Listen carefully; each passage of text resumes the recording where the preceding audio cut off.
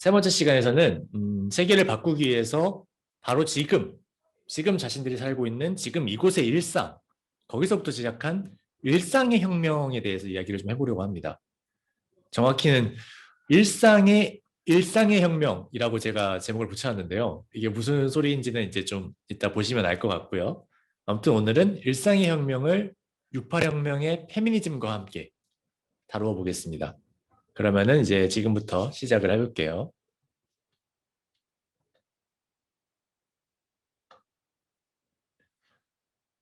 일상의 혁명입니다.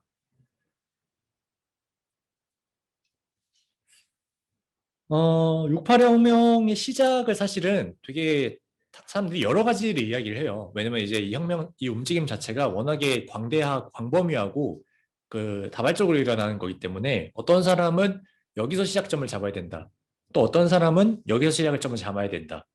또 어떤 사람은 이게 68혁명이다. 아니다, 이게 68혁명이다. 이렇게 막 말이 다 갈리는데, 근데 그 중에서도 이제 그래도 가장 많은 수가 얘기하는 게 68혁명의 시작을 얘기하려면은 그거를 이제 이 프랑스의 낭테르 대학, 오늘날에는 이제 파리 제10대학으로 불리는 이 낭테르 대학으로 잡아야 된다. 이런 의견이 아마 가장 많은 걸로 제가 알고 있어요. 이 10대학이라는 이름, 여담인데 이 10대학이라는 이름 자체도 그 68혁명 이후로 바뀐 거거든요. 그러니까 막 서울대, 한양대 우리처럼 이렇게 이름이 다 붙어 있었는데 그때도 프랑스 대학들도. 근데 이제 68혁명 나고 나서 이제 어떤 그 대학들 사이에 그 등차를 없애겠다. 그 일환 중에 하나로 다 숫자로 바꿔버렸어요. 아무튼. 그래서 이 낭테르 대학인데 당시에 이 낭테르 대학이 좀 지어진 지 얼마 안 된 대학이었다고 해요. 왜냐면 이제 급격하게 그 베이비붐과 함께 급격하게 늘어난 대학생들을 수용하기 위해서 이 파리 외곽 지역에 새로 지어진 대학이 이제 낭테르 대학이었거든요. 근데 애초에 이렇게 사람을 좀 더 받아야 된다는 목적으로 지은 대학이다 보니까 그 원래 수용 가능한 인원수보다 훨씬 더 많은 학생들을 받으려고 했어요. 낭테르 대학 자체가. 그리고 그 외곽 자리에 이제 지어진 대학이었기 때문에 그 학생들을 위한 편의시설, 보통 우리가 이제 대학가에는 그 다양한 그 음식점과 다양한 유흥시설과 이런 게 있어야 되잖아요. 근데 그런 편의시설도 엄청나게 부족했고, 그러니까 이제 학생들의 불만이 쌓이겠죠. 막 이제 놀고 싶고, 이제 맛있는 것도 먹고 다니고 싶고, 대학생 됐으니까. 그런데 이걸 다 못하니까 불만이 쌓이니까, 대학이 이제 그 불만 쌓인 학생들을 통제하기 위해서 되게 여러 가지 그 좀 권위주의적인 규칙들을 강하게 만들어서 적용을 합니다. 그리고 그 중 하나가 남학생들은 절대로 여학생 기숙사를 방문할 수 없다. 이런 규칙이 있었어요. 뭐 이거는 사실은 우리나라에서는 요즘도 대부분의 대학에서 제가 알기로 이 규칙이 들어가는 걸로 알고 있는데 아무튼 근데 이제 68혁명에서 이제 특히 이 프랑스의 움직임을 되게 중점적으로 보는 사람들은 이 낭테르 대학의 이 규칙, 남학생들은 여학생 기숙사를 방문할 수 없다는 이 규칙이 혁명의 불을 지폈다고 설명을 합니다. 무슨 소리냐?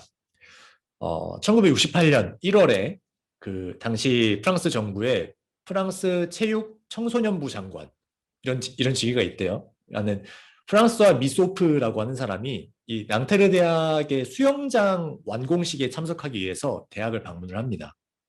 그래서 막 이제 뭐 여러 가지 좋은 말 하고 이렇게 행사 참관하고 이러고 있는데 그때 어떤 학생이 이 장관한테 딱 다가와 가지고 말을 걸었대요.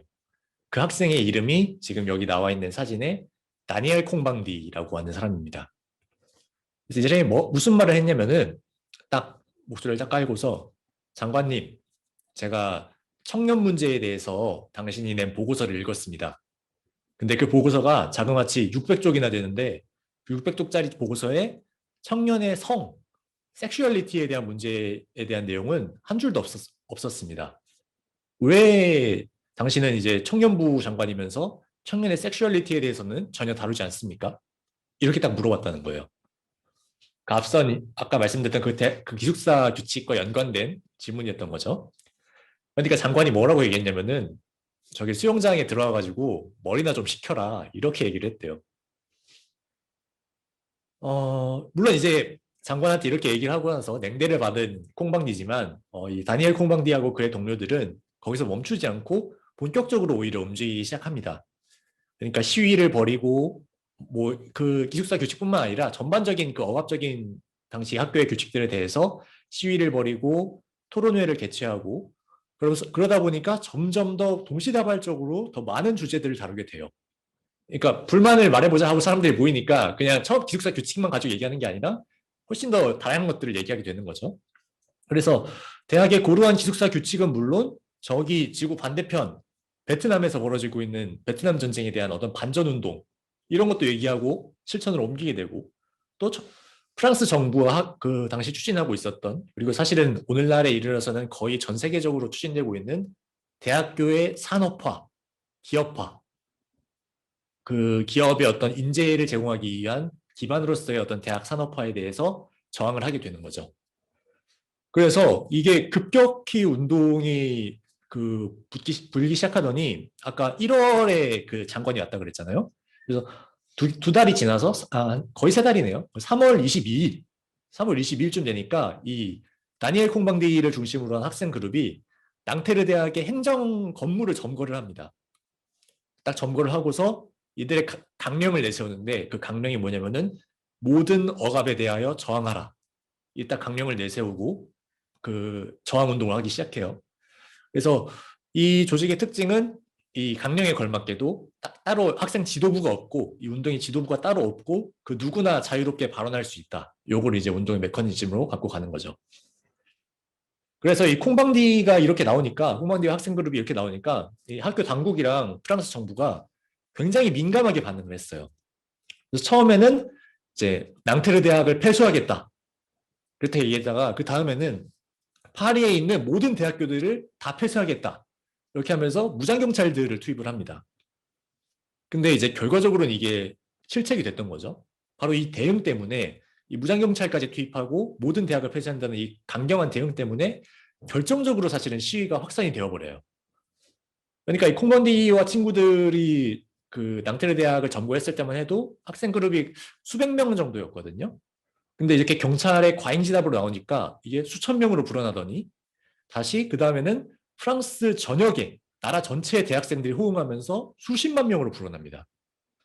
거기에 다시 교사들하고 젊은 노동자들이 또 가세를 하고요. 이렇게까지 막 불어나니까 당시 프랑스의 행정부 수반이었던 드골 이 사람이 누구냐면은 세계 2차 대전에서 전쟁 영웅인 사람이에요. 프랑스의 독립정부를 이끌었던 전쟁 영웅인데 이 드골 정부하고 그리고 이 드골 정부뿐만 아니라 프랑스 좌파 지도부라고 할 수 있는 프랑스 공산당이랑 프랑스 노조도 당황을 합니다. 그러니까 우파 정부랑 좌파 지도부가 모두 다 그냥 당황을 해버린 거예요. 얘들이 갑자기 이렇게 운동이 터져나올지 전혀 예상을 못했기 때문에. 그래서 거기서 또 이제 한 달이 좀 넘게 지나서 5월이 됩니다. 5월이 되니까 파리 전체에 25개의 거대한 바리케이트가 세워졌고 그리고 트랜지스터 라디오가 실시간으로 정말 쉴 새 없이 학생들의 움직임을 중계를 해요. 그리고 대학과 공장은 점거됐고요. 그리고 프랑스 정부가 마비가 됩니다. 읽어볼게요. 크리스 하먼이라는 사람이 이제 당시의 풍경을 묘사한 건데 프랑스가 멈춰섰다. 기차도 버스도 안 다녔고 은행은 문을 닫았으며 우편 업무도 중단됐다. 곧 심각한 유류 부족 사태가 일어났다. 어디서나 공장은 점거됐고 피켓 라인이 문 앞을 막고 있었다. 이러한 파업은 전통적인 산업에 국한되지 않았다. 병원, 박물관, 영화 촬영소, 극장, 심지어 파리 뮤지컬도 영향을 받았다. 5월 25일이 되자 볼만한 TV 프로그램도 없었다. 파업 투쟁 뉴스에 대한 정부 검열의 항의에 기자와 제작진들이 동맹 파업을 벌였던 것이다. 대충 그림이 그려지시죠? 그러니까 이제 여기까지 상황이 붙으니까 이제 정부가 좀 당황을 하기 시작해요. 그러면서 임금 인상 제안을 합니다. 우리가 임금을 올려줄 테니까 일단 파업을 일단 중단을 하자. 근데 이 임금 인상 제안을 이 다양한 각계각층의 노동자들이 먼저 거부를 해버려요. 왜냐면은 이유가 뭐냐면은 우리가 지금 파업하는 게 지금 임금이 모자라서 파업하는 게 아니다. 지금 우리는 이 경직된 사회 질서에 대해서 지금 문제 제기를 하고 있는 거다. 이렇게 얘기를 하면서 그 정부의 제안을 딱 거절을 해버리고 이게 걷잡을 수 없이 정말 퍼져가다 보니까 이 학생들한테 시작된 불길이 아까 말한 것처럼 공장 노동자들한테도 가고 그 다음에 이제 농민 그다음에 건축협회, 그다음에 정부 부처의 공무원들, 또 의사들, 의대생과 레지던트들, 또 미대생하고 화가들, 영화 제작자들, 프로축구 선수들, 그냥 거의 모든 직업으로 이제 불붙듯이 퍼져 나가는 거예요. 그러니까 이 사람들은 공통적으로 이윤만을 추구하는 이 자본이 좌우하는 질서와 그리고 그 속에서 굉장히 위계적이고 권위주의적이었던 사회 시스템에 대해서 문제를 제기를 합니다. 이때 이 사람들은 사실은 다 전부 다 어떤 새로운 세계, 엄청나게 꿈에 부풀어 있었겠죠. 정말 학생들한테 시작된 그 불길이 겨우 몇 달 만에 그냥 전체로 퍼지고 그냥 그 파리라고 하는 거대한 도시 전체가 이제 시위에 가담하고 있었으니까. 그래서 모두가 이제 새로운 세계를 향한 꿈과 상상력으로 굉장히 충만해 있었고, 그리고 이제 옛 세계, 그 세계대전이라고 하는 그 거대한 참극을 그 물질의 풍요, 자본주의 발달과 함께 급격히 찾아온 그 물질의 풍요로 덧칠해버렸을 뿐, 굉장히 사실은 사회적인 모순이 종기처럼 돋아난 이 정말 위선적인 옛 세계를 무너뜨릴 수 있다는 그 확신으로 사실은 다 가득 차 있었던 거죠. 이 거대한 혁명이죠. 정말 거대한 혁명인데, 이 거대한 혁명이 이 청년들의 사실은 섹슈얼리티, 보다 정확히는 그 불씨가 이 기숙사 규칙 문제에서 사실은 시작됐다는 거는 사실은 굉장히 많은 걸 시사하는 거거든요. 이 68혁명을 수식하는 굉장히 여러 가지 이름들이 있는데, 그중 하나가 아까 이 타이틀이기도 한 일상의 혁명이에요. 그러니까 기존의 혁명들이 어떤 경제 구조와 정치 체제의 변혁, 이거에만 딱 집중을 했다고 한다면은 68혁명은 애초에 시작부터가 그 기숙사 규칙, 남학생들은 여학생 기숙사를 들어갈 수 없다는 그 기숙사 규칙에서 시작된 것처럼 사실은 우리 일상 속에 있는 수많은 세부 요소들, 아주 작은 단위의 억압과 어떤 권위주의적인 규칙들, 이 세부 요소들을 전부 다 혁명의 대상으로 삼았고, 그리고 그 세부 요소들을 혁명의 수단으로 삼은 거예요. 그러니까 이거는 곧 무슨 뜻이냐? 일상의 모든 공간이 다 혁명의 공간이라는 거죠. 공장만 뭐 공장만 혁명의 공간이고 그 농민들의 어떤 농장만 혁명의 공간인 게 아니라 일상의 정말 모든 공간이 그 영화 제작 아까 말한 것처럼 영화 제작소, 뮤지컬, 의사들의 병원 이런 게 전부 다 혁명의 공간이 되었음을 의미하는 것이고, 그리고 또그 일상을 가진 모든 부류의 대중들, 그러니까 일상이라고 하는 것 자체는 사실 모든 사람들한테 있는 거잖아요. 직업이 뭐든 남자든 여자든 아이든 노인이든 전부 다 일상을 가지고 있는 거니까 정말 모든 부류의 대중들이 전부 다 혁명의 주체가 된다는 것. 일상의 모든 공간이 혁명의 공간이 되고 모든 대중들이 혁명의 주체가 된다는 것. 그걸 의미하는 게 사실은 이 일상의 혁명인 거죠. 그래서 사실은 이게 아까 말한 것처럼 프랑스의 전통적인 좌파들, 그 프랑스 공산당이라 연습에 당황을 했던 거예요. 왜냐면은 이 사람들이 갖고 있던 혁명의 전통은 사실은 이제 그 노동자들을 중심으로 그 공장과 이런 것들, 경제 구조의 어떤 기반이 되는 것들을 이제 탈환하는 그런 형식의 혁명의 어떤 전통, 그런 것들 그런 방법론을 갖고 있었기 때문에 얘들의 이런 정말 사회 전반적이고 정말 일상의 세세한 걸 잡는 거는 어떤 이 진짜 혁명에 있어서 전통적인 혁명에 있어서 근본적인 초점을 흐리는 것이다. 이렇게 얘기를 했거든요. 프랑스 공산 그 전통적인 좌파들은. 근데 당연히 이 사람들은 그걸 듣지 않았죠. 이 학생들은. 그래서 68의 혁명가들은 그 좌파들이 뭐라고 하건 아니면 이제 전통 우파가 당연히 또 뭐라고 하건 그 자기들의 방식 자체를 의심하지 않았고, 그리고 오히려 우리가 이전에는 다뤄지지 않았던 것들, 이전에는 들리지 않던 목소리들을 들리게 하고 다뤘다는 그 사실 자체를 사실 굉장히 자랑스러워했어요. 그렇게 해서 이제 이 68의 어떤 일상의 혁명의 면모가 드러나는 것인데, 근데 우리가 여기서 한번 질문을 좀 던져볼 필요가 있습니다. 과연 이 68의 혁명, 이 젊은 학생들이 혁명하고자 하는 일상에 대해서 우리가 좀 더 세밀하게 살피고 몇 가지 질문들을 던져봐야 된다는 거예요. 예를 들면은 이런 질문은 어떨까? 68의 혁명가들, 그 학생 대중도 있었죠. 바로 앞에 그 사진들에서도 이제 다양한 학생들과 이제 노동자들과 다 뒤섞여서 나오잖아요. 근데 그 중에 남자들도 있었고 여자들도 있었겠죠, 당연히.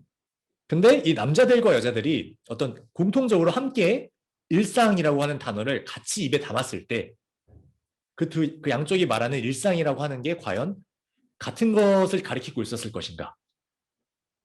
그걸 좀 우리가 생각을 해봐야 될 것 같아요. 그래서 누군가는 깃발을 꿰매야만 한다입니다. 먼저 이 사람을 좀 소개를 하고서 시작을 하겠습니다. 이 사람은 이 안경을 끼고 계신 여자분, 이분은 이제 자라 하프너라고 하는 분이에요. 페미니스트 작가이자 예술가였던 분이죠. 이 자라 하프너라고 하는 분의 이름은 이분의 아버지, 옆에 흑백사전 나와 있는 게 이분 아버지인데, 이 아버지의 이름이 원래 뭐냐면은 라이문트 프레첼이라고 하던 분이에요. 근데 이분이 유대인이거든요. 라이문트 프레첼이 유대인인데, 그 독일이 당연히 이제 이분 아버지 세대니까 2차 대전이 앞에 있었겠죠. 그러니까 독일이 이제 나치한테 먹혔을 때 이분도 탈출을 합니다. 가족들을 데리고. 그래서 영국에서 이제 난민 생활을 하면서 그 세바스티안 하프너라고 하는 가명을 써요. 가명을 써가지고 이제 막 원고도 이분이 작가고 언론인이기 때문에 원고도 쓰고 이렇게 하는데, 그래서 그 세바스티안 하프너라고 하는 그 하프너라는 가명에서 갖고 온 게 이제 자라 하프너라는 이름이에요. 근데 이제 나중에 이분이 다시 이 여자분이 다시 이름을 바꿔요. 마가렛 프리첼이라고 하는, 아버지가 원래 라이무트 프레첼이니까 어떻게 보면 이제 원래 성을 가져온 거죠. 마가렛 프레첼이라고 하는 이름으로 해서 더 알려졌는데, 왜냐면은 그 자라라고 하는, 자라 하프너에서 자라라고 하는 이름이 그 나치가 유태인 여성들한테 쓰던 일종의 멸칭이었다고 해요.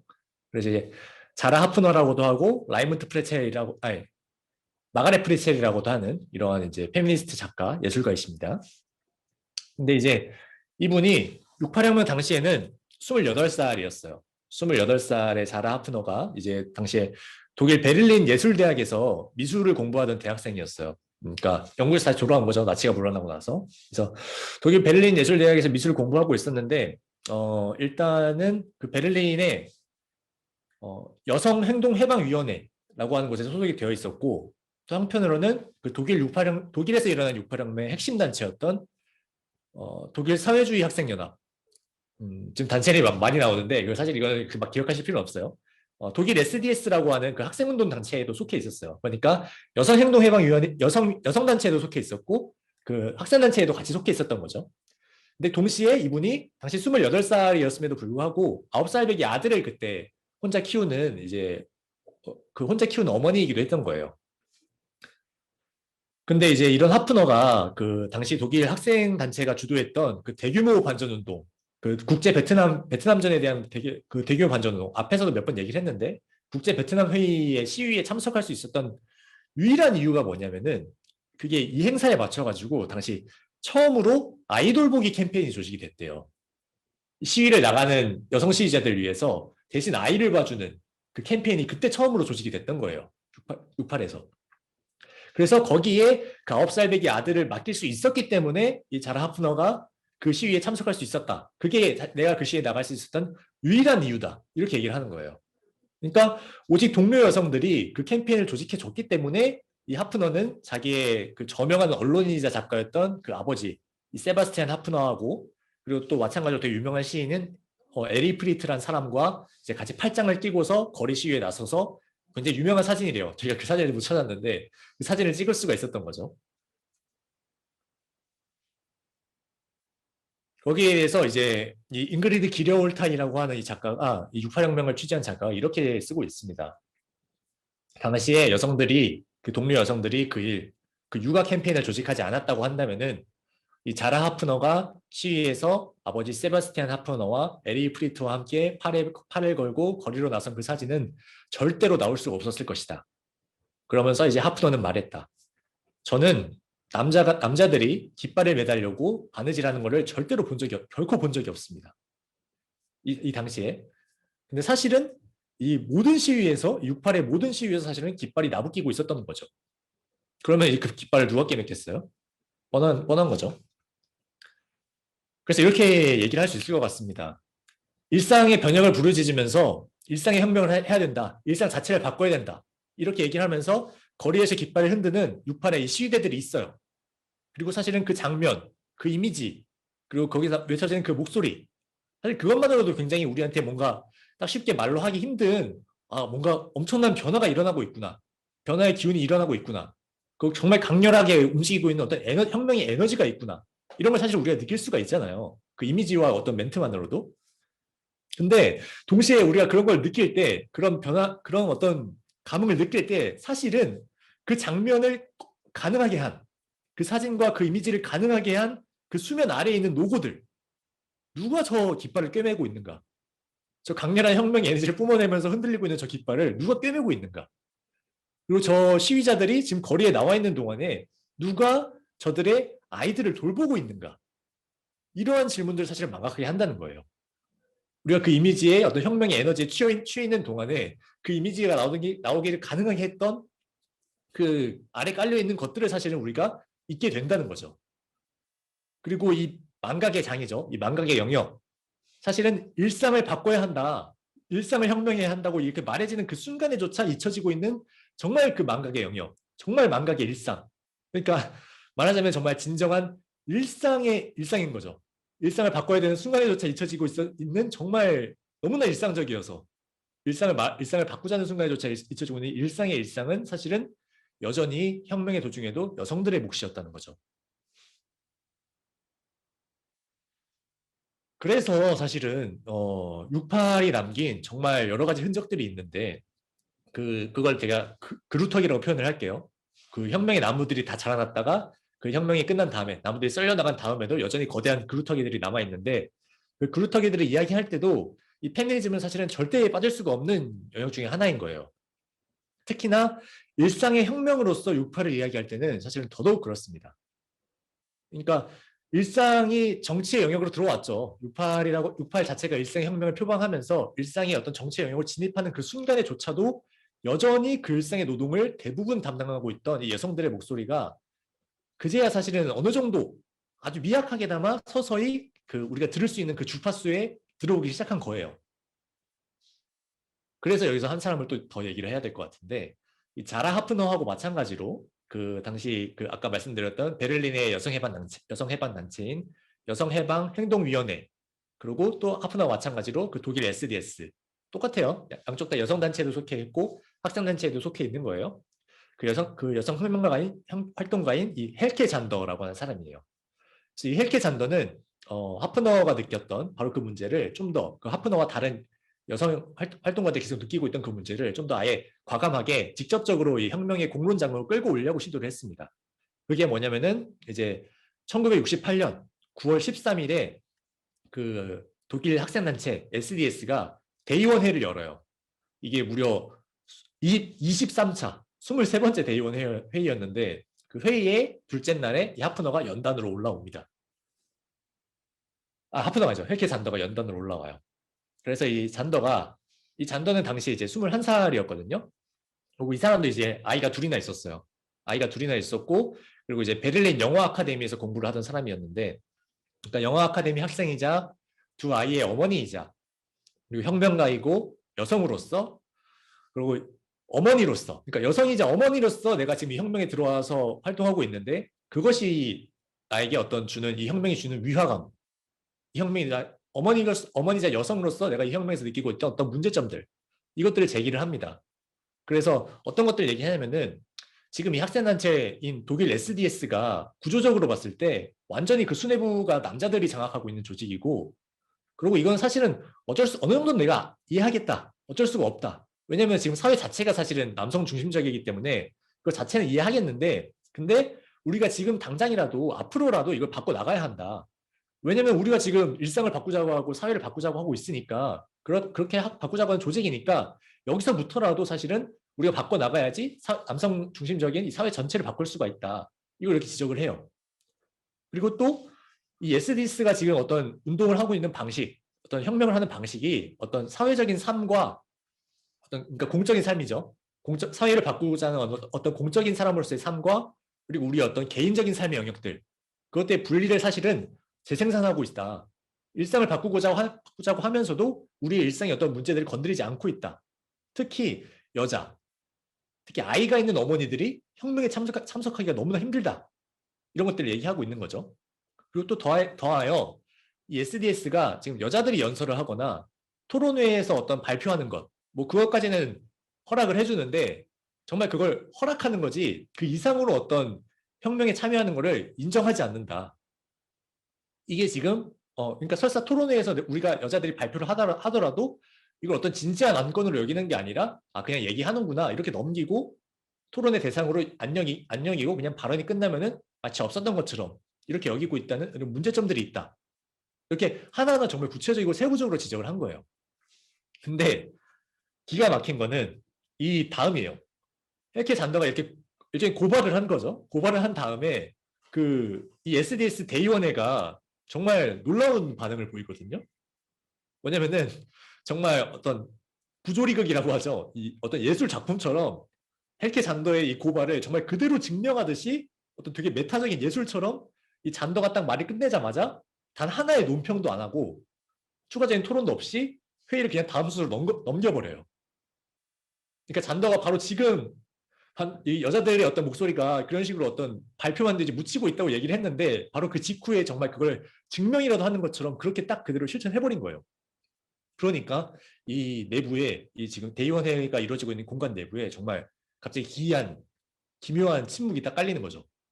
정막이 깔리고 그 정막 속에서 이제 독일 SDS의 어떤 그 지휘부 학생들이 그 당시에 이 학생의 핵심 이론가가 한스 위르겐 크랄이라고 하는 사람이에요. 이 사람 누구냐면은 제 1시즌 강의 들어본 사람은 아실 텐데 그 자기 지도 교수인 아도르노랑 싸웠던 그러고 나서 단명한 사람인데 아무튼 이 크랄이 딱 연단에 올라옵니다.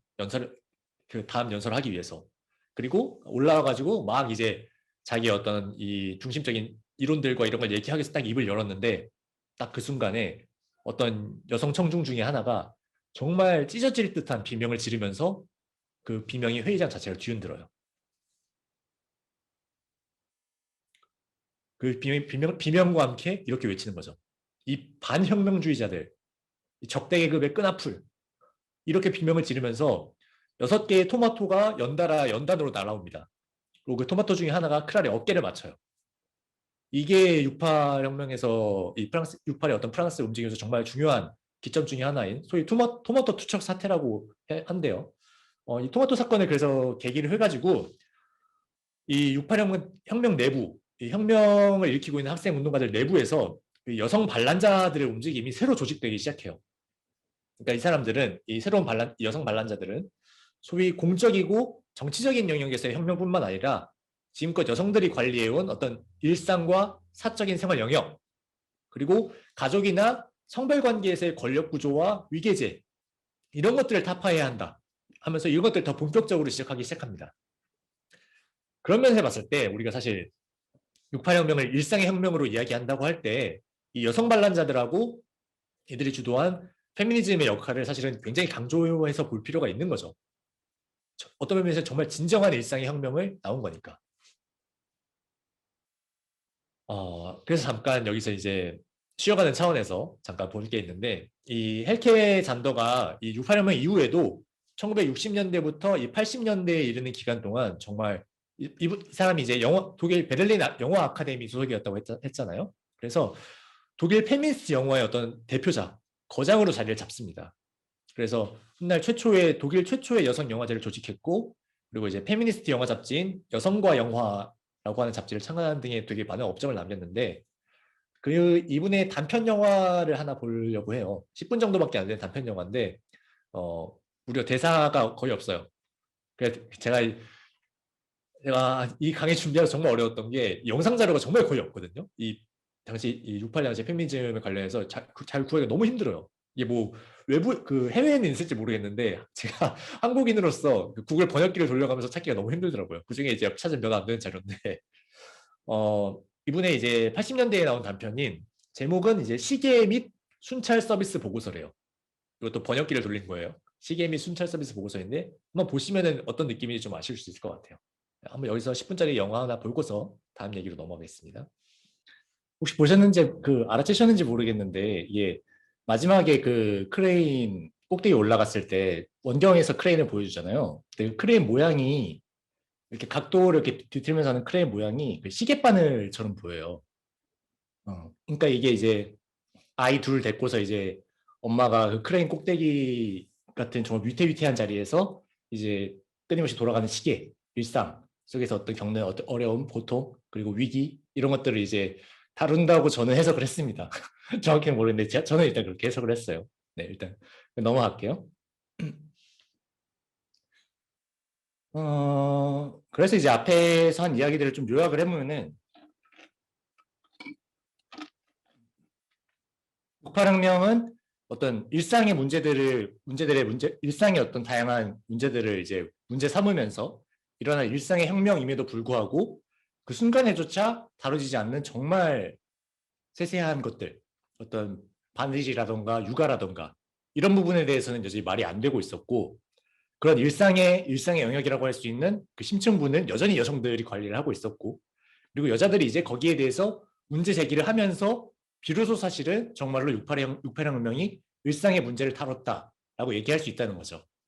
그것들을 제기했던 게 이제 자라 하프너나 헬케 잔더 같은 사람들이었고 근데 이들이 문제를 제기했음에도 불구하고 사실은 혁명 내부에서조차 그것들을 어떤 제대로 된 문제로서 해석이 안 됐다는 거죠. 그런 점에서 사실은 이제 아까 말씀드리기를 일상혁명으로서 68을 얘기할 때 페미니즘이랑 여성 반란자들이 되게 중요하다 이렇게 얘기를 했는데 근데 이제 좀 냉정히 평가를 하면은 사실은 68혁명 의 시기 자체는 어디까지나 사실은 페미니즘 운동의 어떤 태동기라고 봐야 돼요. 페미니즘 운동이 좀 본격적으로 시작이 되려면은 몇 년이 더 지나야 됩니다. 70년대 이후가 돼야지 사실은 페미니즘 운동이 본격적으로 시작이 되는데 일단 여기에는 그 두 가지 이유가 있어요. 먼저 아까 이미 보셨겠지만 그 남성 혁명가들 주로 대부분의 학생운동 지도자들이 남성들이었거든요. 이 남성 혁명가들이 이 문제를 딱 제기를 받았을 때 이 문제의 어떤 존재 자체를 부정하거나 아니면은 지금은 더 중요한 문제가 있다고 더 중요한 문제 해결 뒤로 미루거나 아니면은 그냥 단순하게 이 문제 자체에 어떻게 대처해야 될지를 몰라가지고 쩔쩔매가지고 사실은 이 문제를 얘기할 때 그 남자 혁명가들이 거의 도움이 안 됐어요. 그러니까 이렇게 들어보면은 이제 미국의 어떤 학생단체의 어떤 유명한 혁명가들이 어떤 반응을 했냐면은 정말 당혹스러워하면서 우리가 정말 우리는 여성들을 사랑한다. 왜 근데 우리한테 이런 문제 제기를 하냐 이런 얘기를 했는데 사실 어디 많이 들어본 멘트죠. 한 반세기 동안 이어지고 있는 멘트예요. 이 이런 멘트를 하면서 사실은 정말 당혹스러워했고 다른 어떤 영역들에서는 그러니까 정치라던가 아니면 군사나 아니면 좀 더 좀 더 공적인 일상의 영역 어떤 교수가 학생한테 가한 어떤 위력이라던가 이런 거에 대해서는 정말 뛰어난 통찰력을 보이고 정말 뛰어난 행동력을 보였던 정말 각국의 이 주요 학생 지도자들 이 사진의 왼쪽 상단에 있는 루디 두치케 그리고 아까 잠깐 말씀드렸던 한스 위리겐 크랄 그리고 지금 여기 파마머리 하고 있는 그 오른쪽 아래 톰 헤이든 이런 사람들 다 독일과 미국의 학생 지도자들인데 정말 뛰어난 사람들임에도 불구하고 이 문제에 대해서는 그냥 맥을 못 쳐요. 이걸 어떻게 반응해야 될지 전혀 모르고 그냥 속수무책으로 그냥 방치를 합니다. 그래서 이제 이 두치케 왼쪽 위에 있는 그 루디 두치케의 아내인 그레첸이라고 하는 여자의 말에 따르면은 두치케는 이 문제를 다룰 만한 용기가 없었다. 이렇게 얘기를 하기도 하고요. 그리고 이제 근데 또 한편 이게 하여튼 첫 번째 문제예요. 남자 혁명가들이 이걸 어떻게 다룰 줄 전혀 몰랐어요. 두 번째 문제는 문제라고 하기엔 그냥 현상을 하는 게 더 맞을 것 같은데 이 문제를 인식하고서 어떤 해결하고자 하는 여성들 사이에는 그때도 사실은 굉장히 많은 조류가 있었어요. 흐름이 되게 너무 많이 다양했어요. 의견도 다 갈렸고. 그리고 이제 그 다양한 흐름들이 사실은 68혁명의 과정을 거치면서 조금씩 입장 정리가 되고 그래서 이제 70년대로 넘어가서 이제 본격적인 다양한 움직임 페미니즘 운동이 촉발이 되는 거예요. 그래서 여기 어떤 움직임들이 있었냐고 하면은 어떤 여성 활동가들은 좀 더 이제 강도 높게 더 강렬하게 이제 활동에 참가하고 머리카락을 되게 짧게 치고 되게 공격적인 태도를 유지하고 정말 강하게 발언하고 강한 제스처를 하면서 소위 남성적 스타일을 고수하면서 나는 남자들과 대등하게 가겠다 이렇게 말한 거죠. 그러니까 오늘날로 치면 탈코르셋이 아마 여기 제일 가까울 것 같아요. 이런 사람들이 있었어요. 그 독일에서 최초로 여성 대의원 회장을 지냈던 뭐 지그리트 그라나우스 같은 사람들이 여기 속했고, 지그리트 프로니우스 같은 사람이 여기 속했고, 그런 사람이 있는가 하면은 또 어떤 사람들은 혁명의 대우에서 이 학생혁명 움직임에서 여자들이 다 따로 떨어져 나와야 된다. 그래서 오직 여자들끼리 뭉쳐가지고 여자들만의 목소리를 내야 된다. 이렇게 주장하는 사람들도 있었어요. 그건 이제 어떤 여성 분리주의 그룹이라고 하는데 미국의 어떤 그룹들이 이런 데 좀 많이 속했고요. 또 어떤 사람들은 우리가 지금 정말 가장 내밀한 사적인 영역, 정말 내밀한 일상. 그러니까 예를 들면 성관계를 거부한다던가 이런 방식으로 정말 내밀한 일상에서부터 우리가 이 어떤 운동들을 실천해 나가야 된다. 이렇게 주장하는 사람들도 있었어요. 근데 또 어떤 사람들은 아니다. 그렇게 정말 너무 내밀하고 사적인 걸로만 이제 얘기를 하면은 우리가 이제야 간신히 여성 운동을 좀 공적인 형태로 끌고 나왔는데 그렇게 내밀하고 사적인 방식으로 가면은 이 공적인 성격이 다시 헤쳐진다. 운동 자체가 다시 둔화될 가능성이 있다. 이렇게 얘기한 사람도 있었어요. 마지막 얘기는 이제 울리케 마이노프 간 얘기예요. 저번에 파괴자들에서 다뤘던 그 사람. 이 사람은 이제 페미니스트로서 두각을 드러내기 시작했었거든요. 그래서 유럽 같은 경우에는 정말 이 다양한 페미니즘의 흐름들이 자기들의 입장을 정리하는데 좀 더 시간이 많이 걸렸습니다. 그래서 이제 상대적으로 68혁명 와중에서는 많은 시도들이 있음에도 불구하고 좀 더뎠어요. 근데 그거에 비해서 미국에서는 좀 더 이 목소리가 빨리 합쳐져요. 그래서 두각을 드러낸 게 저 분리주의 페미니즘 그룹. 여자들끼리 뭉쳐야 한다. 여자들이 우리 혁명의 그 대회에서 빠져나와서 여자들만의 목소리를 내야 된다. 이게 좀 더 강하게, 빠르고 강하게 두각을 드러냅니다. 그 이유가 뭐냐면은 제 생각에는 그 미국의 68혁명을 보면은 그 흑인 민권 운동이 흑인 인종 운동이 정말 되게 강력한 역할을 하거든요. 그래서 그 흑인들이 먼저 얘기했던 흑인들만의 어떤 운동을 전개해야 된다는 흑인 분리주의의 그 방법론이 아마 페미니즘 운동에도 되게 영향을 많이 미쳤을 것 같아요. 서로 영향을 되게 주고 받았겠죠. 그래서 아마 이 분리주의 방법론이 좀 발달을 빨리 한 것 같은데 아무튼 간에 그 여성 분리주의 그룹들은 그 미국의 주요한 학생 지도자들 상대로도 굉장히 강도 높은 비판을 막 했어요. 그러니까 이 남자 학생 지도자들이 그 미국 정부에 의해 가지고 법정에 섰을 때도 이 페미니즘 분리주의 그룹들은 뭐라고 얘기를 했냐면은 얘들의 죄는 정부에 저항한 게 아니라 남성 우월주의다. 남성 우월주의 때문에 얘들의 죄를 단죄해야 된다. 이러면서 피켓을 들고서 법정에 난입하려고 하고 그렇게 했어요. 이제 여기서 또 이제 재밌는 게 나오는데 뭐냐면은 당시에 미국 학생 운동 단체의 어떤 슬로건이 뭐였냐면은 전쟁을 집으로 거든요.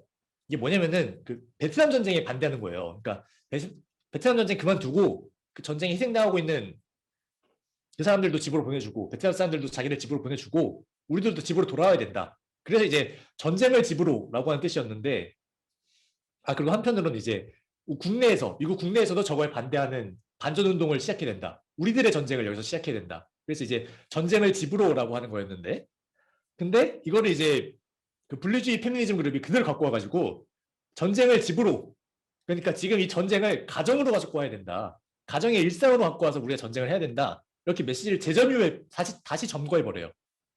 그래서 이 슬로건 아래 이 전쟁을 집으로라는 이 변화된 슬로건 아래 이 미국 그 페미니즘 그룹의 여성들이 토론하고 그 자기들의 이론을 구축해서 글로 발표를 합니다. 그래서 1968년이 끝나기 전에 그런 글들을 묶어낸 최초의 책을 펴냈는데 이 책 제목이 첫 해의 기록 모음이에요.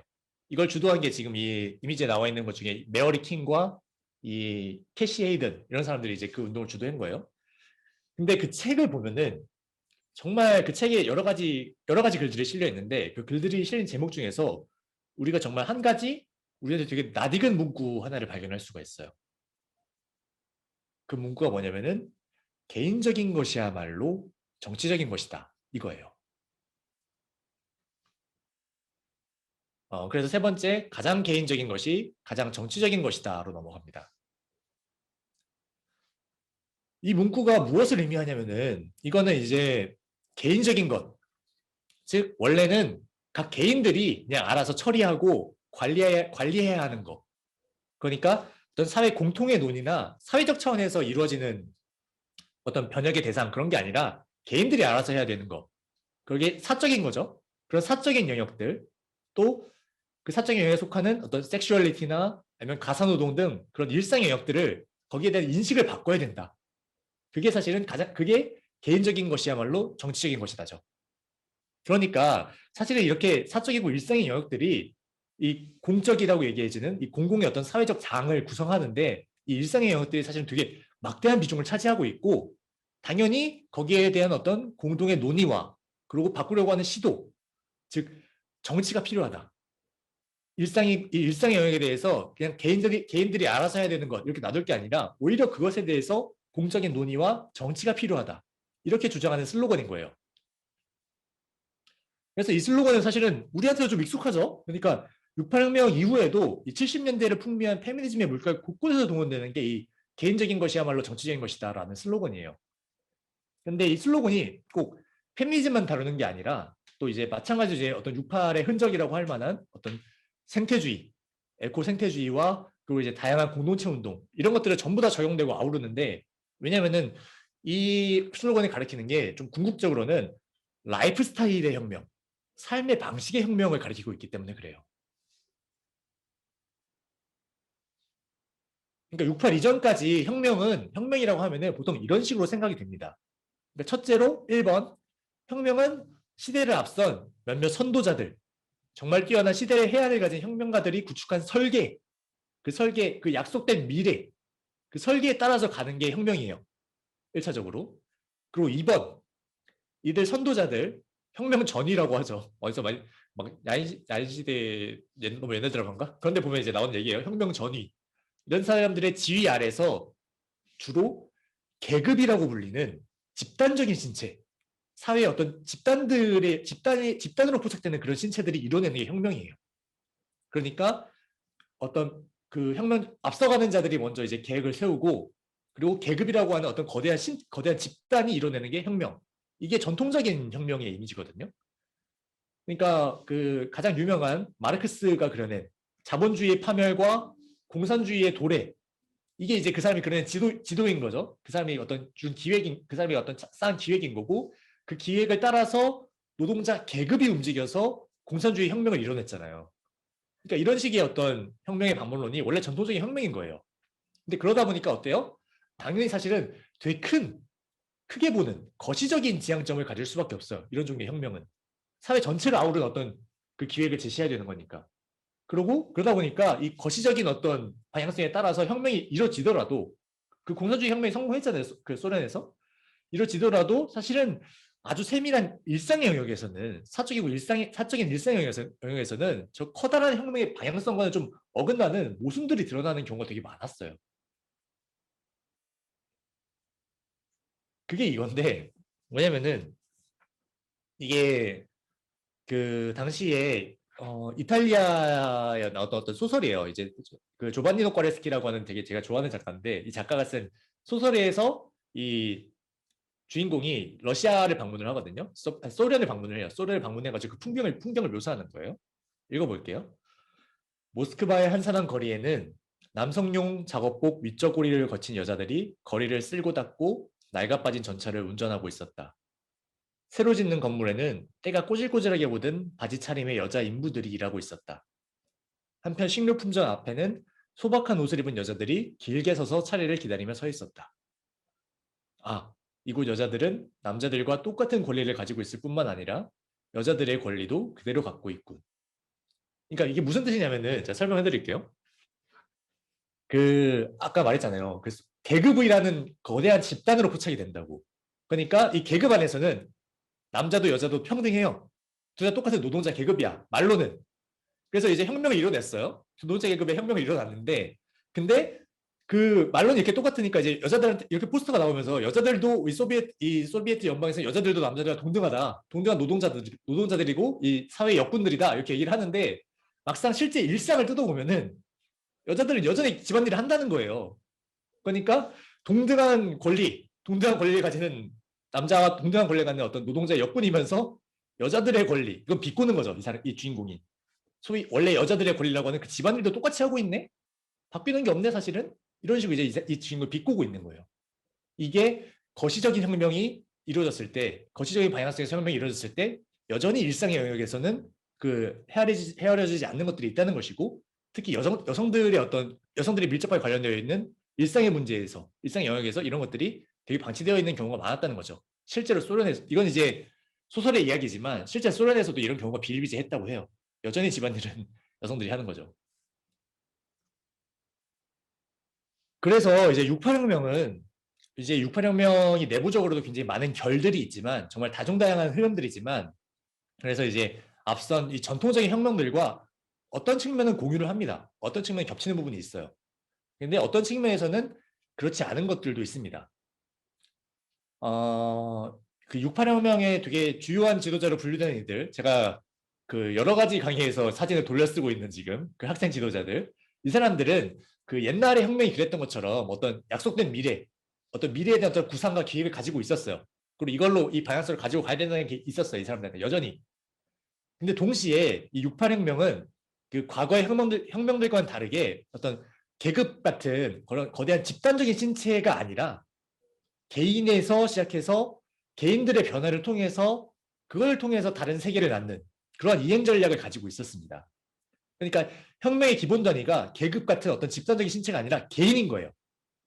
그래서 각 개인들이 자기들의 어떤 실존주의적인 선택, 각자들이 내릴 수 있는 그 선택들을 통해서 사회에 참여하고 그 개인들이 그 선택을 통해서 참여해서 지배와 권위와 위계를 철폐시키고 그걸 통해서 어떤 공적인 영역과 그리고 일상 영역에서 이루어지는 다양한 소외들을 깨뜨리면서 새로운 세계를 만들어 나갈 수 있다. 그러니까 개인들의 선택과 참여로부터 이제 이 어떤 사회를 변화시킬 수 있다. 이게 어떤 68혁명이 갖고 있는 가장 여러 가지 줄기 중에서 가장 메인 줄기 중에 하나예요.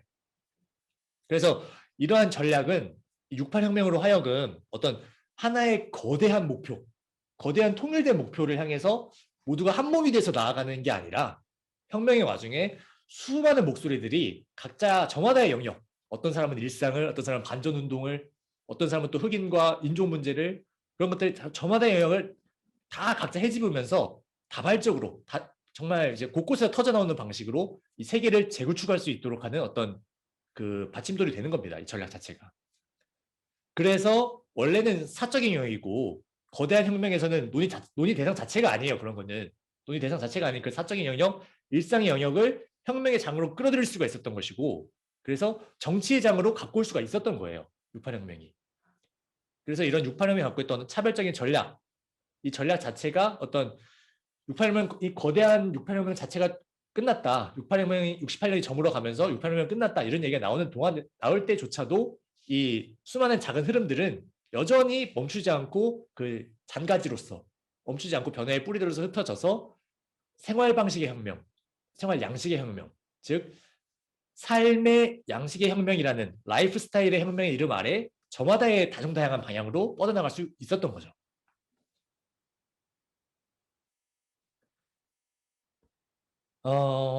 예를 들어서 이 가장 대표적인 예시가 이탈리아예요. 이탈리아에서 정말 이런 흐름이 가장 잘 드러나거든요. 뭐냐면은 이탈리아의 이제 68혁명을 주도한 게 이제 어떤 신좌파라고 하거든요. 그러니까 좌파인데 새로운 좌파야. 신좌파라고 하는 게 이제 이탈리아 68혁명의 신좌파인데 사실은 68혁명은 대부분을 신좌파라고 불러요. 근데 이제 이탈리아의 신좌파는 학생과 노동자들을 중심으로 했어요. 딴 유럽과 마찬가지죠. 학생과 노동자들을 중심으로 한 집단이었고 그리고 이제 기존의 어떤 정치 세력들과는 다르게 되게 어떤 한 해 딱 정해진 당, 뭐 새누리당 없어진 지 좀 됐죠. 죄송합니다. 민주당, 국민의힘 이런 식으로 딱 하나의 당으로 뭉친 게 아니라 그 68의 영향하에 때 조금씩 다 흐름이 다른 되게 여러 가지 단체들을 통틀어서 그냥 신좌파라고 불렀어요. 근데 이제 이 신좌파 중에서 제일 그나마 세력이 컸던 게 이 빨간색 로고 보이세요? 이 콘티누아라고 하는 걸 이제 표상한 건데 로타 콘티누아라고 하는 조직이 있었어요. 신좌파의 어떤 대표적인 조직이죠. 근데 이 조직도 이제 68혁명이 좀 진행이 되고 이제 열기가 식어가면서 우리가 이거를 이 어떤 변혁의 움직임을 이어가려면은 결국에는 우리가 제도 정치권으로 원래 정치로 들어가야 된다. 정당 정치로 국회로 들어가야 된다. 이렇게 얘기를 하면서 들어가려고 했어요. 근데 그 와중에 이 조직 내부에서 변화가 발생합니다. 되게 많은 조직원들이 이 로타 콘티누아에서 이탈을 해요. 빠져나와서 그냥 지역 공동체로 가버려요. 지역 공동체로 가서 그 지역 공동체에서 우리 각자 나름의 방식으로 자율적인 투쟁을 하겠다. 이렇게 방향성을 틀어버립니다. 그래서 이 사람들이 이 빠져나간 사람들이 제기한 문제가 뭐냐면은 주택 문제, 세입자 문제, 그리고 이제 반파시즘 투쟁 이런 것들을 이제 저마다 버리고 또 뭐 이혼 법안에 대해서 이혼 법안 또 낙태 문제 이런 것들을 하면서 어떤 여성 단체들을 통해서 싸워 나가는 거죠. 빠져나간 사람들이. 그러니까 왜 이런 이탈이 벌어졌냐면은 이게 이미 미국과 유럽의 다른 지역에서 발생했던 그 재탕이에요. 그러니까 앞에서 말씀드렸던 거 있죠.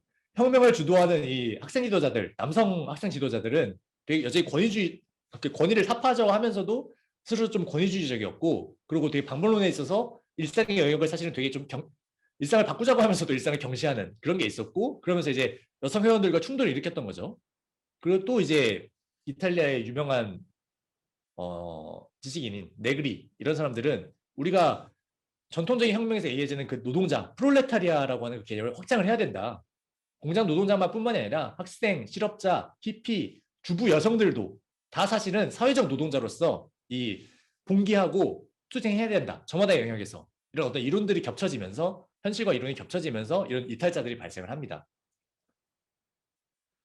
그래서 어떤 사람들은 이렇게 이탈자들이 나왔다는 것 자체가 사실은 68이 혁명의 동력을 잃은 거다. 혁명의 파워를 잃은 거다. 그 엔진을 잃어버린 거다. 그러니까 집중되어야지, 힘이 집중돼야지 사실 세상을 바꿀 수가 있는데 이탈자들이 나와서 이렇게 분산된 것 자체가 어떤 68의 파워가 나간 거다. 이렇게 보기도 해요. 근데 이제 이탈리아의 페미니스트인 이제 어떤 우리가 가사 노동을 다시 발견해야 된다는 그 주장이 어떤 원조격이라고 할 수 있어요. 이 마리아 달라 코스타, 이 흑백 사진에 나와 있는 이분은 사실은 아니다. 그 말은 틀렸다. 오히려 이런 전환 속에서 원래 기존의 좌파, 진보들이 포착하지 못했던 새로운 혁명의 동력이 작동하기 시작한 거다. 이렇게 얘기를 합니다. 그러면서 오직 성인 남성 노동자들만이 혁명의 사실은 주축이었던 전통적인 혁명이 아니라 여자와 아이들, 그리고 가정을 비롯한 그 여자와 아이들의 수많은 삶의 현장과 그리고 원래 거기서는 포착되지 않았던 그 노동들, 그것들이 이제 다뤄지는 것 자체가 새로운 혁명의 동력이 만들어진 거다. 이렇게 얘기를 해요. 그러니까 시선이 갈리는 거죠. 아니다. 한쪽은 혁명이 갈린 시점에서 혁명의 힘을 잃은 거다. 한쪽은 혁명이 갈린 게 아니라 새로운 혁명의 동력들이 만들어진 거다. 이 둘 중에 과연 뭐가 세계를 바꾸는 데 있어서 더 유효한가? 혁명의 힘을 집중하는 것인가? 아니면 새로운 혁명의 장을 만들어내는 것인가? 어떤 게 더 세계를 풍요롭게 하는가? 어떤 게 더 많은 창조의 잠재력을 새롭게 만들어낼 수 있는 창조의 힘을 이 세계에 선사하는가? 아마도 우리가 여기에 어떻게 답하느냐에 따라서 68이 뭘 남겼는가에 대해서 우리가 얘기를 좀 다르게 할 수 있을 것 같아요. 네, 이제 마지막 얘기입니다. 리 가장 개인적인 것이 가장 전체적인 것이다요.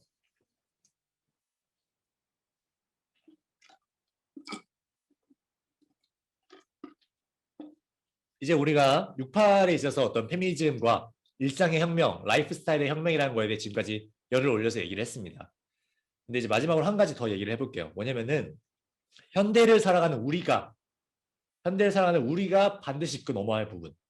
그러니까 이 문구 있잖아요. 가장 개인적인 것이 가장 정치적인 것이다.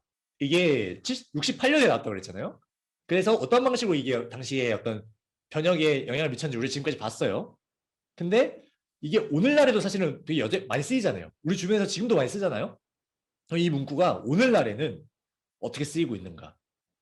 저는 여기에 대해서 이게 좀 당시랑 당연한 건데 그 68년에 썼을 때랑 지금 쓸 때랑 좀 바뀌어서 쓰이고 있다고 생각해요. 그리고 거기에 있어서 어떤 신자유주의라고 하는 새로운 자본주의 시스템의 도래가 좀 영향을 미쳤다고 생각을 합니다. 그래서 여기에 대해서 좀 두 가지 지점에 대해서 일단 확정을 하는 건 아니고 좀 질문을 던져보려고 해요. 첫 번째 질문은 이겁니다. 이게 저번 시간에도 잠깐 얘기를 했던 건데 오늘날 그 라이프 스타일의 혁명이라고 하는 삶의 양식을 바꿔야 한다고 하는 이 혁명의 어떤 이론은 어떤 방식으로 실제로 이루어지는가라고 했을 때, 즉 우리가 우리 삶에 어떤 새로운 가치를 갖고 와가지고 우리 삶의 방식을 변화시키고자 할 때 우리가 어떤 방식으로 어떤 수단들을 써서 그것들 실제로 실천을 옮기는가예요.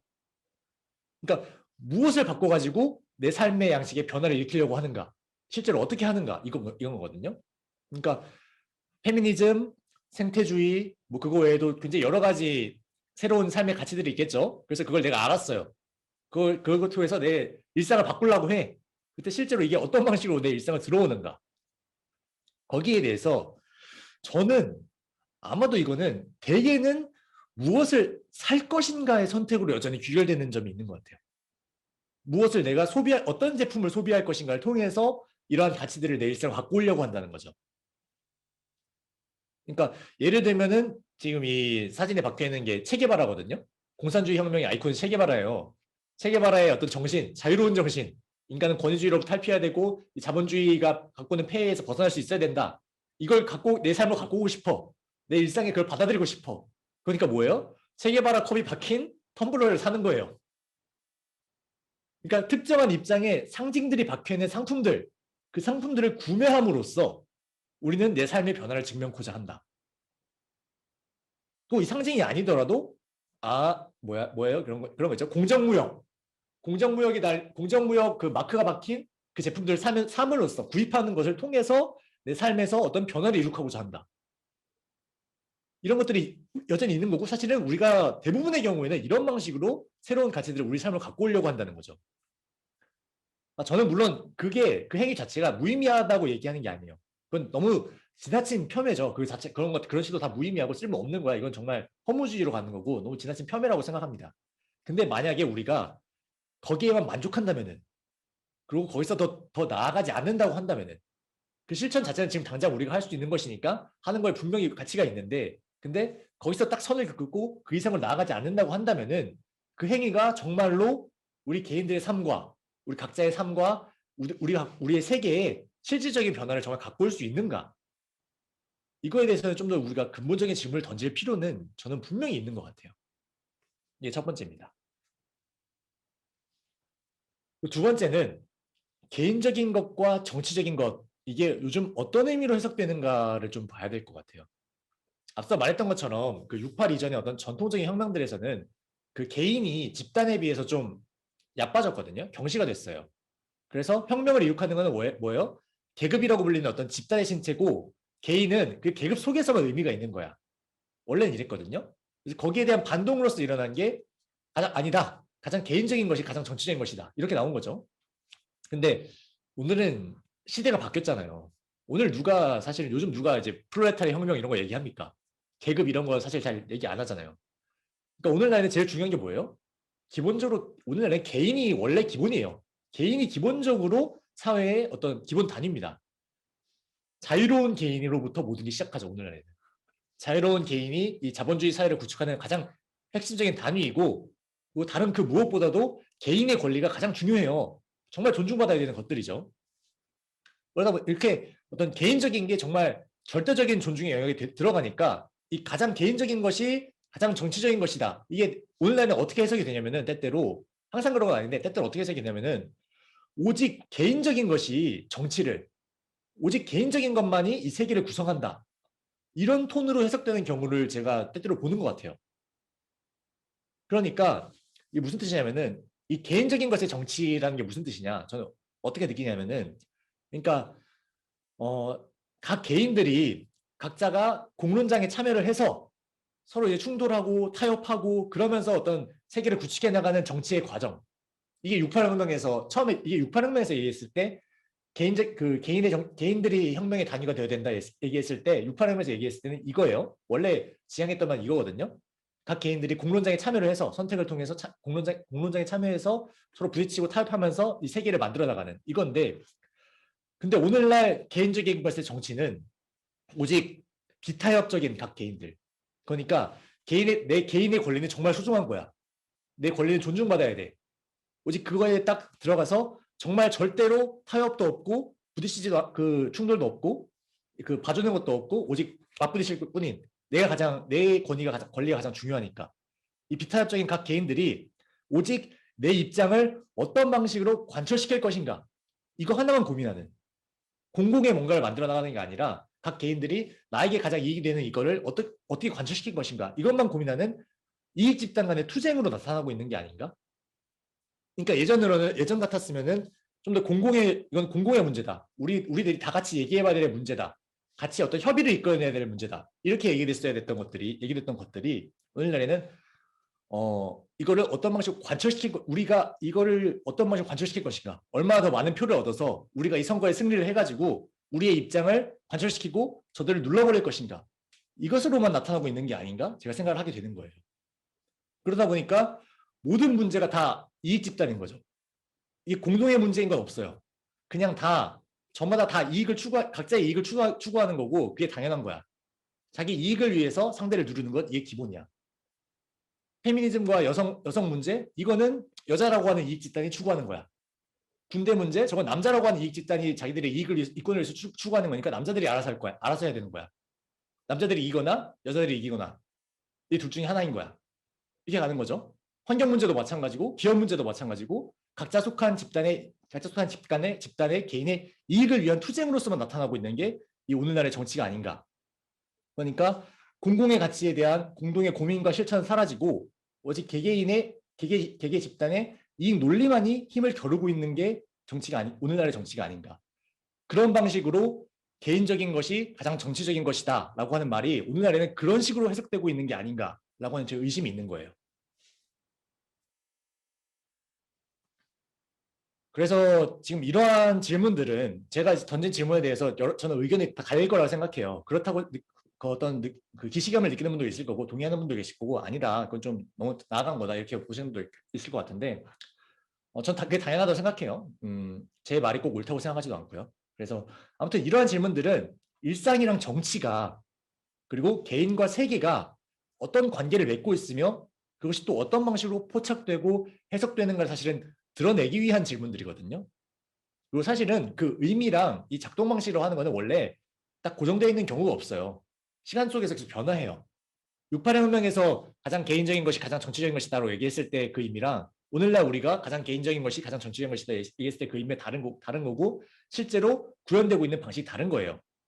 그러니까 때문에 가장 중요한 거는 우리가 그 과거의 답에 안주할 게 아니라 이미 던졌던 질문, 이미 답을 얻었던 질문을 매번 새롭게 되풀이해야 된다는 거예요. 제가 말씀드리고 싶은 거는. 68의 여성 반란자들이 단순히 옛 혁명의 교리 앞에 지금 우리가 혁명이 이뤄되니까 68의 그 여성 반란자들이 그 혁명이라는 거에 질문을 안 하고 우리도 그 혁명에 그대로 몸을 맡겼다고 한다면은 자기들이 어떤 일상의 문제를 끄집어내지 않고 그대로 그 혁명에 몸을 맡겼다고 한다면은 지금의 변화는 없었겠죠. 그리고 그건 사실은 우리 시대도 저는 마찬가지라는 거예요. 우리 역시도 우리 시대에 지금 일상의 혁명이라고 하는 단어 자체가 어느 정도는 좀 당연해졌는데 되게 많이 말해지고 있는데 그 일상의 혁명이 우리 시대에는 지금 어떤 식으로 이루어지고 있는가를 또 사실은 그것조차도 이미 또 다른 교리가 돼서 믿음이 돼서 우리의 의심 바깥에서 의심되지 않고서 그냥 쓱 지나가고 있는 게 아닌가. 일상이 그랬던 것처럼 그런 것들을 물어봐야 된다는 거죠. 그런 점에서 저는 이 혁명의 어떤 질문들, 어떤 혁명의 질문들은 절대로 낡지 않고 낡아서 이미 지나가 버린 것이 아니고 항상 그 시대마다 끊임없이 새롭게 던져져야 되는 것이 아닌가 저는 그걸 좀 말씀드리고 싶습니다. 바로 이런 것들이죠. 무엇이 더 삶과 세계를 풍요롭게 하는가? 무엇이 더 많은 창조의 잠재력을 우리의 삶과 우리의 세계에 선사하는가?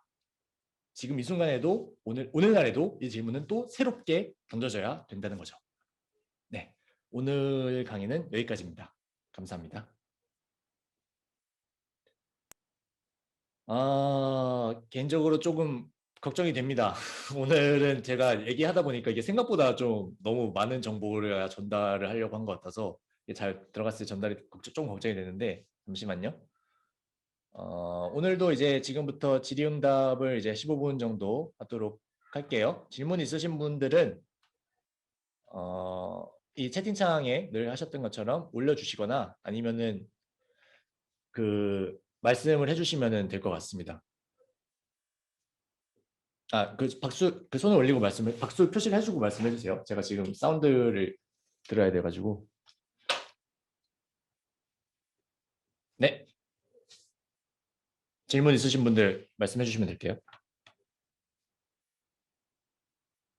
아니면 소감도 조금 괜찮습니다. 언제나 그렇듯이.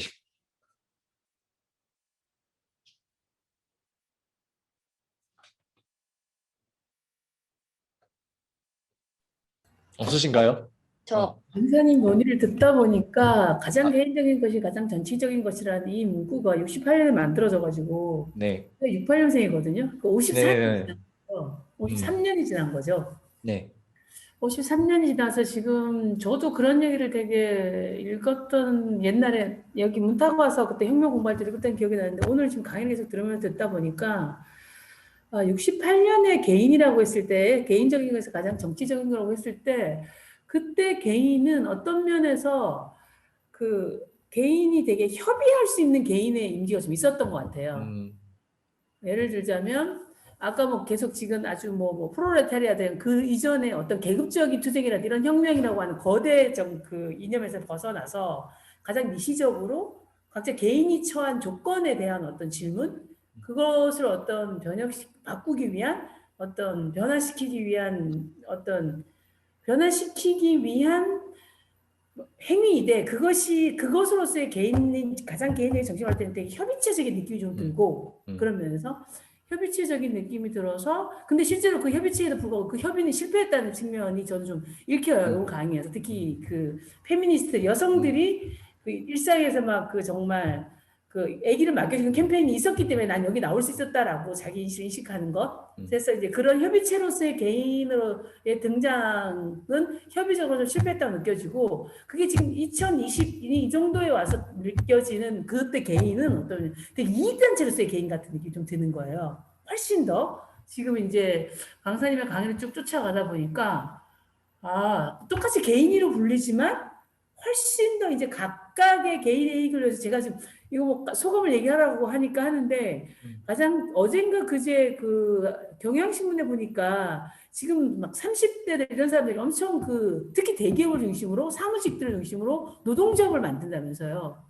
노동조합을 만들어서 본인들의 임금을 어떤 식으로인지 이제 협상하는 테이블 속으로 가기 위해서 이제 만든다, 이런 걸 읽으면서도 와, 기존의 노동조합이 가지고 있던 인식이 진짜 많이 바뀌었다, 이런 걸 좀 느끼면서 읽었었는데, 오늘 지금 강사님 강의를 들으면서 개인에 대한 이런 어떤 이미지도 그 개인을 포함한 개인이 어떤 개인을 의미하는 것인가라고 얘기할 때 개인의 의미도 되게 한 50년 동안 정말 좀 현재 지금 바뀌어오지 않았나? 더 이상 그런 면에서 그 개인이라고 하는 게 참 존재하나, 이런 느낌이 좀 드네요. 우리가 네. 개인이란 말도 정말 계속해서 새로 구성해 가야 되는 거라는 생각이 새삼스럽게 좀 드는 것 같아요, 들으면서.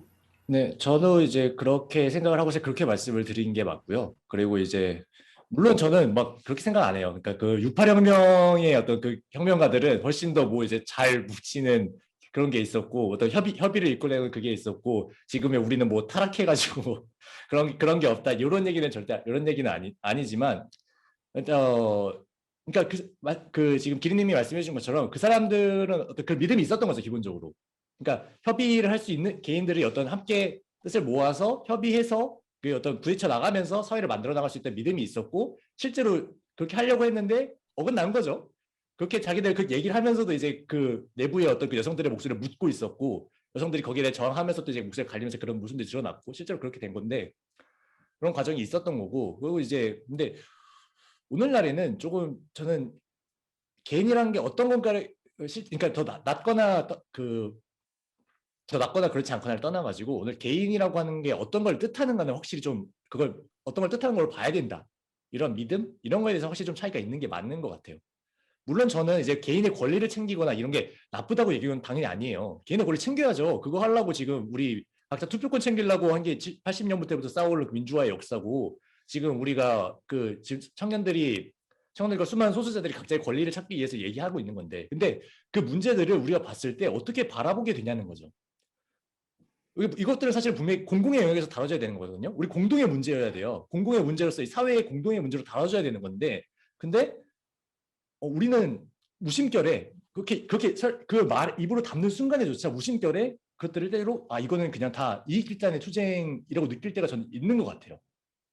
그러니까 심지어는 내가 어떤 소수자의 입장에서 어떤 나의 권리, 이것들 공공의 문제 다뤄야 된다고 얘기하는 순간에조차 이런 것들이 나와는 다른 소수자들이 그런 목소리를 낼 때는 저것은 좀 자기를 다 밥그릇 싸움 아닌가?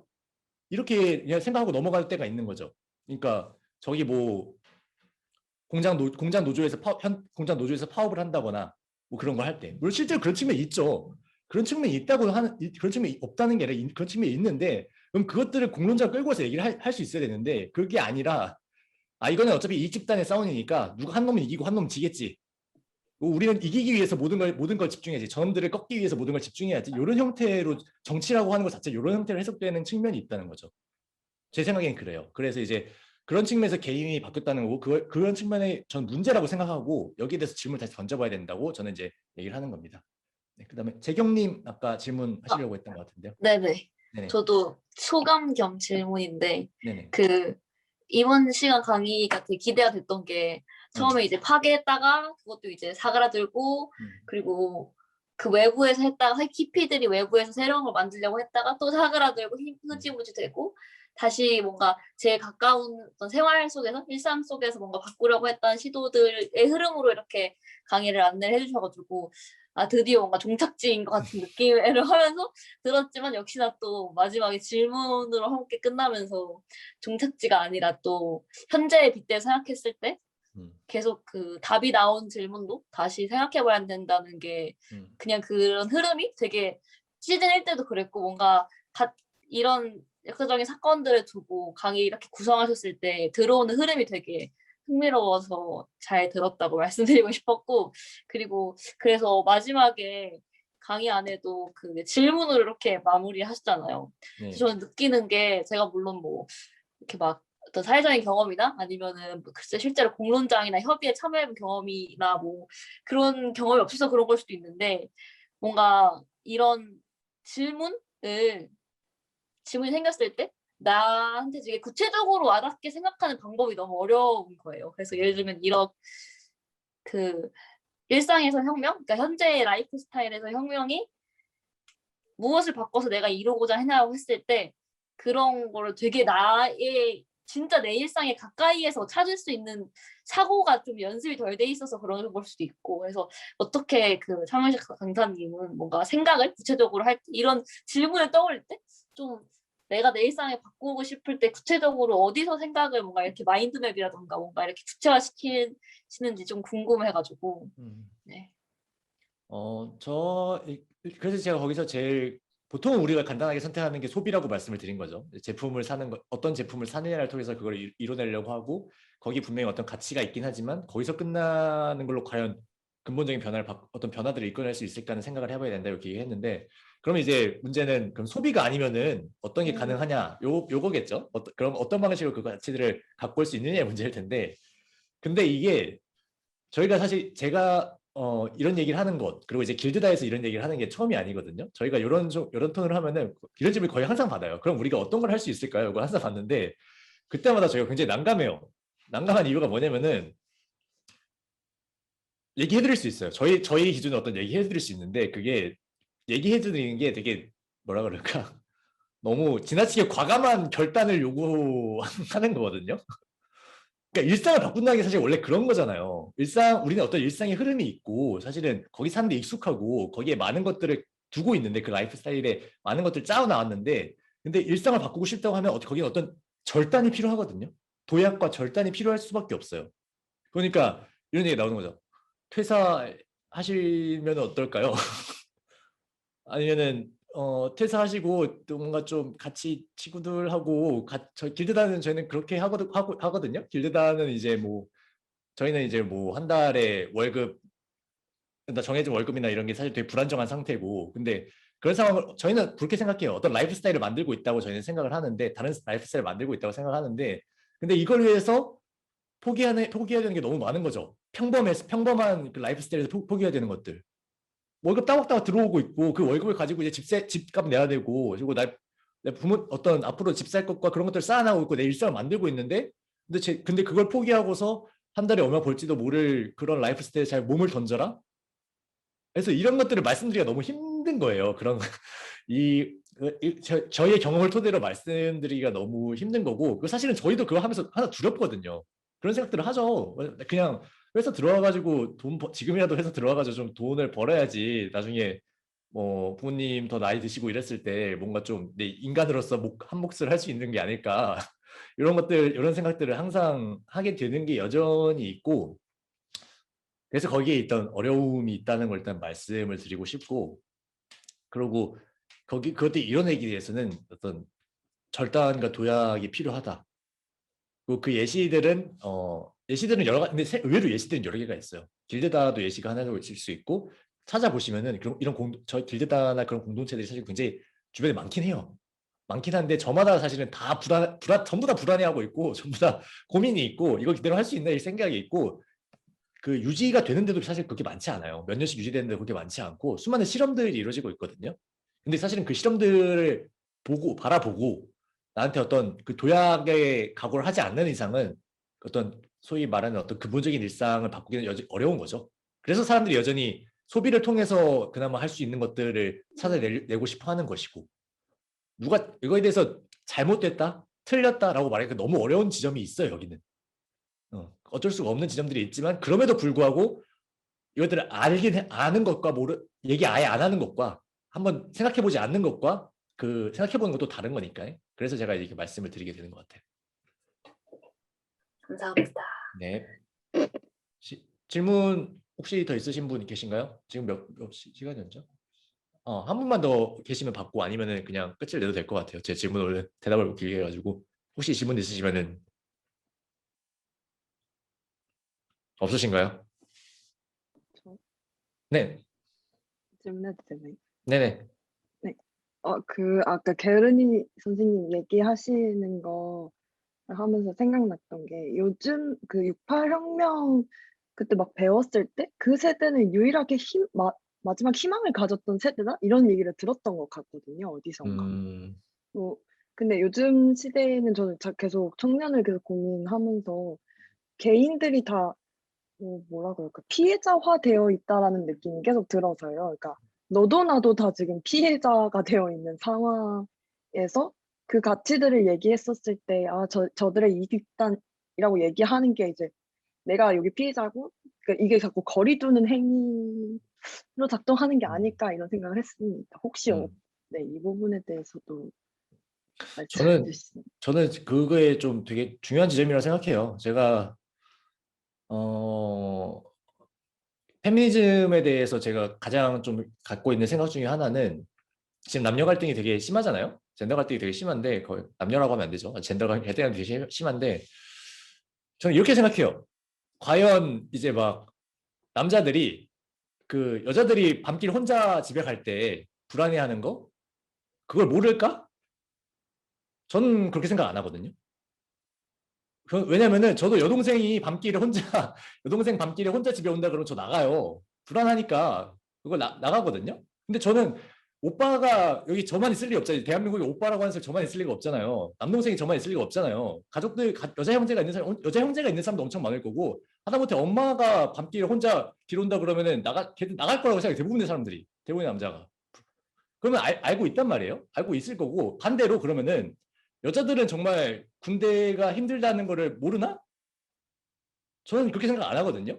그러면은 그렇게 막 여자들 그 여성 징병제나 이런 거 했을 때 뭔 개소리냐 이렇게 안 나오겠죠. 그냥 정말 군대 가는 걸 모르면 기꺼이 나는 다 가겠다 이렇게 얘기하면서 진작에 통과가 됐겠죠. 근데 반대하잖아요. 알거든요. 그 주변 남자들이 얼마나 많아요. 남학생들이 막 징징대면서 그럴 때 저거 진짜 힘든 게 있긴 있겠구나라는 생각을 할 거 아니에요. 양쪽 다 알 거라고 생각해요. 양쪽 다 아는데 근데 그 얘기를 안 하죠. 모르는 척해요. 왜? 이거를 내가 인정을 하면은 지는 시스템이에요, 지금은. 내가 여기서 저들의 고통을 인정하면은 저들이 고통받고 있다는 사실을 내가 알고 있어. 하지만 그걸 인정을 하면은 내가 이 분배정의적으로 배분적으로 내 권리가 침해되는 거예요. 내 몫을 내주게 돼. 인정하는 순간. 그러니까 양쪽이 인정을 못 해요. 인정하면은 내 몫을 빼앗긴다고 생각하니까. 그리고 실제로 그렇게 돌아가죠. 제가 그 요즘 가장 많이 인용하고 있는 그리고 이제 가장 좀 많이 생각해볼 필요가 있다고 생각하는 그 페미니즘 학자가 한 명 있어요. 오늘은 안 나왔는데 아이리스 메리언 영이라고 하는 사람이 있거든요. 이 아이리스 메리언 영이라고 하는 사람의 주장은 뭐냐면은 지금 우리 세계에 전 세계적으로 우리 사회의 정의라고 하는 게 정의의 집행이라고 하는 것, 정치라고 하는 것, 정의라고 하는 것은 전부 다 분배정이라는 거예요. 어떻게 제한된 몫을 어떻게 나누느냐에 달려 있다는 거죠. 근데 이 분배 정의로 가면은 이 모두가 이익 집단에 대해서 다툴 수밖에 없는 거예요. 왜냐면은 이 젠더 갈등의 정의를 실현하기 위해서는 정해져 있는 분배를 정해져 있는 딱 한정된 재화를 여자한테 더 많이 주느냐 남자한테 많이 주느냐 이걸 통해서만 정의가 실현되는 거예요. 근데 이러면 아까 말씀드린 것처럼 내 몫을 이거 상대의 고통을 인정하면 내 몫 빼앗기는 거거든요. 이렇게 정의를 바라보고 이렇게 정치를 바라보면은 이렇게 갈 수밖에 없어요. 사실은 이건 어떻게 보면 이거는 이 세대의 사람들이 특별히 악하거나 특별히 더 이기주의자거나 그렇다기보다는 이 시스템이 그렇게 짜여 있는 이상은 그렇게 갈 수밖에 없거든요. 그러다 보니까 근데 그렇게 가다 보니까 이제 요즘 자기 세뇌가 작동하는 거죠. 아니야, 쟤들은 진짜 군대가 힘들지 않아 절대 몰라. 쟤들은 그런 걸 인정할 수가 없고 인정도 안 할 거야. 그리고 아 나는 모른다. 여자들이 밤길을 가는 게 힘들다는 사실 나는 모른다. 그리고 저는 여자들 비슷할 거라 생각해요. 그리고 아니 쟤 군대 뭐 그렇게 힘들다고 하는 거야라고 얘기할 때 거기 그 머릿속에 저는 두 가지가 있다고 있다고 생각하거든요. 양가적인 게 양쪽이 다 그런 게 있는 거죠. 그러다 보니까 사실은 이 문제가 지금 저는 봉착해 있다고 생각을 하고 지금 제가 계속 말씀드리고 있는 것들 어떤 정의와 정치의 문제에 있어서 세계를 바꾸는 것의 문제에 있어서 이 가장 개인적인 것이 가장 정치적인 것이다라고 하는 거에 문제에 있어서 이 모든 것을 분배의 문제로 받아들이기 때문에 이런 게 가고 있다. 그러면 우리는 어떤 다른 것의 정치, 다른 정의를 발명해야 되는 기점에 있는데 근데 과연 그걸 우리가 할 수 있을까? 라고 하는 거죠. 그걸 할 수 있어야 된다고 저는 생각을 하고 그걸 위해서 이런 이야기를 하는 거겠죠. 이런 강의를 통해서. 네. 답변이 되셨나요? 네, 감사합니다. 네. 아이리스 메리언 영은 좀 읽어보세요. 근데 재밌는 거는 그 아이리스 메리언 번역자가 누구냐면은 조국이에요. 네, 저는 그래서 이 조국 아저씨가 왜 그거를 번역해놓고 이런 식으로 팔을 끌고 가는지 잘 모르겠는데 지금 분배 정의의 대악마가 되셨잖아요. 분배 정의를 침해한 가장 대악마가 되셨는데 뭐 아무튼 여담이고. 네, 아무튼 그래서 오늘 강의는 일단 여기까지고요. 오늘 강의 들으시느라 정말 수고 많으셨고 이제 다음 주 이 시간에 드디어 마지막 강의가 됩니다. 마지막 강의의 제목은 에필로그예요. 제가 이제 세계를 바꾸기 위한 세 가지 방법을 다 소개시켜 드렸죠. 다 소개시켜 드렸고 물론 그게 해답은 없었어요. 그 어떤 게 딱 옳고 절대적으로 옳고 이게 정말 올바른 방법. 사실 그게 해답이었으면 우리가 지금 이런 사회에 살고 있지 않았겠죠. 우리는 이미 유토피아에 살고 있었어야지. 아무튼 세 가지 방법을 다 소개시켜 드렸고 이제 에필로그인데 그래서 정말 68혁명이라고 하는 게 오늘날 우리에게 우리 사회에 어떤 영향을 미쳤는가 우리 그 가운데 어떻게 남아있는가를 좀 본격적으로 달아보려고요. 한 시간 하나에서. 물론 제가 각 시간마다 조금씩은 다 얘기를 했어요. 오늘도 이제 오늘날 개인적인 것이 정치적인 것이다라는 문구가 오늘날 어떻게 받아들여지고 있냐 이런 얘기를 했고 항상 앞에 1시즌부터 각 강의마다 조금씩은 다 얘기를 했는데 좀 더 종합적으로 이제 그것들 얘기하고서 오늘날 우리한테 있어서 68이라는 게 어떤 거여야 하는가 그리고 저 개인한테는 68혁명이라는 게 어떤 거였나 이 강의를 왜 기획하게 됐고 지금 이제 끝낸 시점에서 어떤 얘기들을 하고 싶은가 이런 것들을 좀 다음 주에 얘기를 하면서 강의를 마무리를 하려고 합니다. 네, 항상 이제 참석해 주시는 여러분 굉장히 감사하고요. 이게 좀 재밌는 게 1시즌에는 지금보다 제가 알기로 한 30-40% 정도 인원수가 많았는데 참석자 수로 따지면 이렇게 바뀌지가 않고 있어요. 그러니까 1시즌과 2시즌에 이번엔 참석률이 더 높다는 거겠죠. 항상 감사드리고 있고 다음 시간에 뵙도록 하겠습니다. 오늘 수고 많으셨습니다.